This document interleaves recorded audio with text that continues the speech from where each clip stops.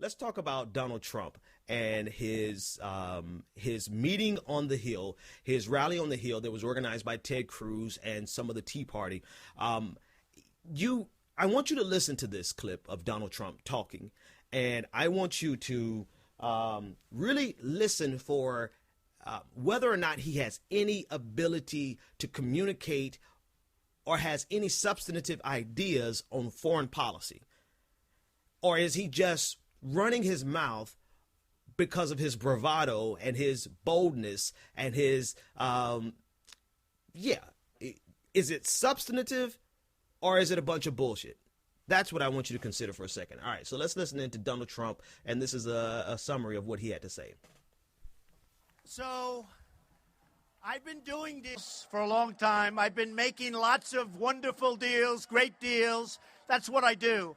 Never, ever, ever in my life have I seen any transaction so incompetently negotiated as our deal with Iran. And I mean never. We are led by very, very stupid people. Very, very stupid people. We cannot let it continue. We are a country that owes $19 trillion.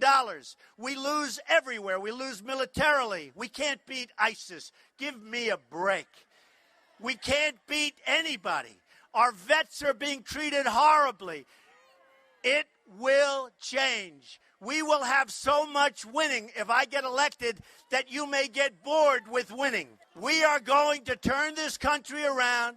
We are going to start winning big league on trade, militarily. We're going to build up our military. We're going to have such a strong military that nobody is going to mess with us. We're not going to have to use it. We are going to make America great again. Thank you. Thank you very much. Thank you. All right, so that's Donald Trump. Basically just on stage running his mouth for about 5 minutes. I cut it down to 1 minute because everything else was pretty much par for the course. Donald Trump talking about there was only one thing that was accurate in his entire speech, the portion that I played for you, and a matter of fact, the entire speech. The only thing that he said that was accurate was the way that we treat our veterans is atrocious. And to that point, I agree. We absolutely just dismiss our veterans once we honor and we cherish and we celebrate and champion our veterans when they are in battle. But when we bring them back to the United States, we can't even get them basic health care. They have to wait months on end to get their issues looked at the VA. So in that regard, I agree with them. But I don't think the solution is exactly what Republicans would want, which is increased funding. Of course, there needs to be another glance at the bureaucracy and the red tape, but also there is a lack of funding, cut of funding that has taken place in the VA. So I think Donald Trump is saying the right things, but he doesn't realize the implications of what he's saying in terms of actual policy. But that is Donald Trump. But notwithstanding the only thing that he said accurate in his entire 5-minute speech, everything else was laden with lies, exaggerations, propaganda, and Donald Trump-esque BS.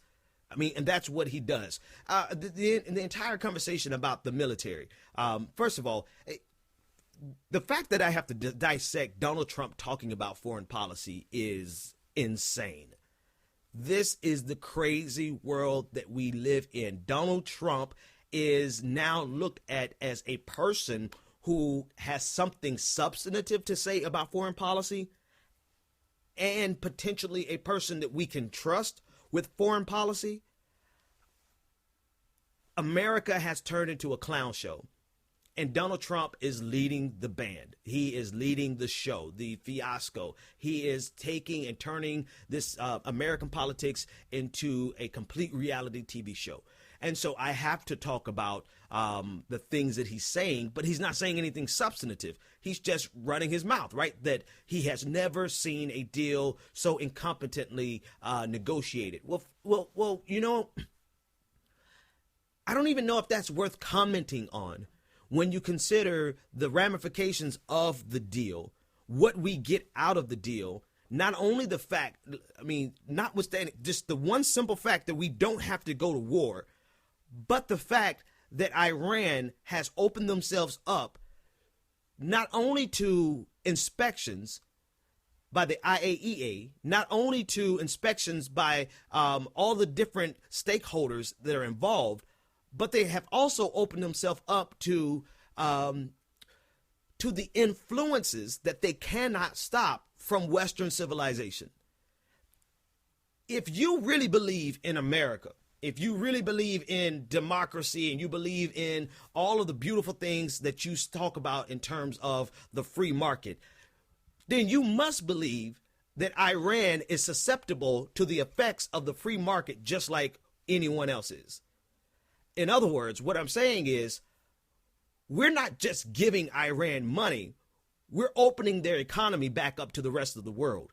And the more open as society is to the rest of the world, the more they are incorporated into the entire world system. China, for example. Now, China is fighting back against this a little bit, but for the most part, China is fully acclimated into the entire, the interdependent economy and the interdependent society. And this is exactly what the negotiators are aiming for with this deal, notwithstanding the inspections, notwithstanding everything else that happens if Iran does not comply. Everyone knows what is going to happen if Iran does not comply. I don't think that there is one human being that has been paying attention worth anything that does not realize that if Iran does not comply, we go to war. I don't think anyone has any questions about that. So it's not a question of whether or not we're just giving Iran a free pass, because we're not. We are telling Iran, you have two choices. One, you can either behave yourself and come into the international community and get the benefits of this neoliberal capitalistic community, which is an abundance of wealth, which would benefit you, which would put billions and trillions of dollars into your economy. You can either behave yourself and get these economic benefits, or you can just be destroyed in war, which is inevitable if you do not comply. But to Donald Trump, this is an incompetent negotiation. See, this is what Republicans do, and this is expressly what Donald Trump does. He likes to throw out these ideas of something better without any substance to let us know what that better deal would be. Not a single Republican has been able to tell us what would have made the Iran deal a better deal. All they're capable of doing is saying we could have got a better deal. Well, hell, tell us. What would you have done specifically to make this a better deal? Okay, so that's one. Then the next thing he talks about is the American military, that we can't beat anybody, right? He's talking hyperbolically, and the people in the audience are just eating it up. He's just talking out of his neck that the American military can't beat anyone. And they eat this up, and they take this as law as gold, when in actuality, please tell me who the American military cannot beat. Is this even a question to have a conversation about? Do we even have to dissect this? Is there not any... Who can the American military not beat? The question shouldn't be whether or not we can beat them. The question is whether or not we should always be going to war. And according to Donald Trump and all of his Tea Party sycophants, all of them, all they think success is going to war. So if we are not going to an all-out war with somebody, then that is a signal of weakness. The fact that we have not put troops on the ground against ISIS to destroy ISIS as quickly as we could destroy ISIS with our troops on the ground is the only thing that matters to them, and that translates into weakness. But they never ask themselves the question, should we go to war? Should we be engaged in that region? Should we be involved in these conflicts that, even though now the fact that we have created, perhaps we have some responsibility to it, but they don't see it from those lenses. They simply see it as, here's a fight and we should be in it. And if we're not in it, then we are communicating and conveying weakness. That is all they know. That is all they understand. And these are the people that think that they're qualified to run the nation. And they're putting their trust. I just saw this morning that Donald Trump has now crossed 30%, which is the highest approval rating poll that any Republican candidate has passed so far. So they're putting their trust, not the establishment. The establishment is sick and tired of Donald Trump, but the people have put their trust in Donald Trump. That shows you that we are not dealing with two rational choices. And I know a lot of people are arguing, saying, well, we should have more than two choices in the first place. I get that. I totally get that. But right now we have two choices, and one of them is completely asinine. One of them has gone so far beyond the pale that it's unfathomable to consider that we would actually put a Republican conservative in the White House again. It is beyond the pale because of things like this, because of this rally that we saw yesterday. And then, of course, he said he's going to make our military so big that we'll always be winning. We'll win so bigly. These non-committal, these non-substantive platitudes are eaten up by the Tea Party conservatives because they just want somebody who is going to down Obama, praise America, and as long as you down Obama and praise America, I don't care if you have anything meaningful to say, we're going to love you.